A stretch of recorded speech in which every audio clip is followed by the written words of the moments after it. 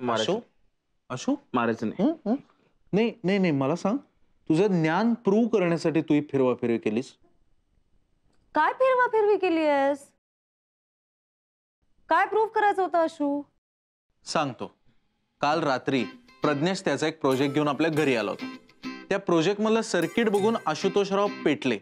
मग आशुतोषरावांनी त्या सर्किटमध्ये असे काही बदल केले की ते अख्खे प्रोजेक्टच पेटले.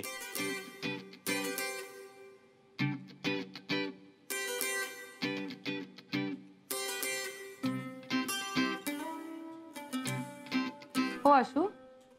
हो, पण स्कॉलर मोठ्या मोठ्या सायंटिस्ट कडनं पण चुका होतात. याचा अर्थ असं नाही ना की त्यांना काहीच येत नसतं.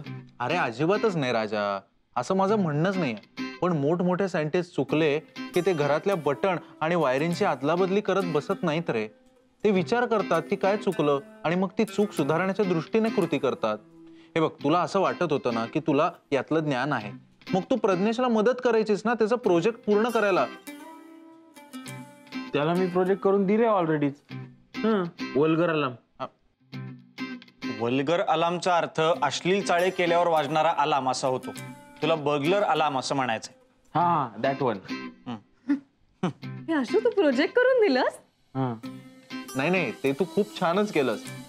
पण हे काय राव, मग प्रज्ञेशला पेढा आणि आम्हाला धडा. सॉरी, ते थोडं आपलं असंच.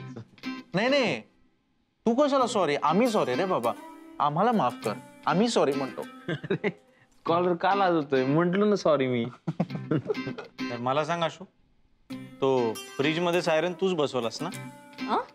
हो, तुम्ही उघडून बघितलं का? वाह, काय माणूस आहे खरंच. त्यात ना मी एक मोशन सेन्सर लावलाय, म्हणजे असं दार उघडलं ना की आवाज येणार. नाही नाही, ते उत्तमच केलंयस तू. फक्त त्याचा आवाज थोडासा कमी कर, पण तो ठेव. कारण कळला का मित्रांनो, तो आपल्या घरातला बर्गलर अलार्म आहे. म्हणजे आपल्या घरातले चोर रात्री लपून छपून फ्रीज उघडतात आणि सगळ्यांसाठी आणलेलं गोडधोड संपवतात, तेव्हा तो वाजणार आहे. नाही का Ashutosh? Oh my god, oh no.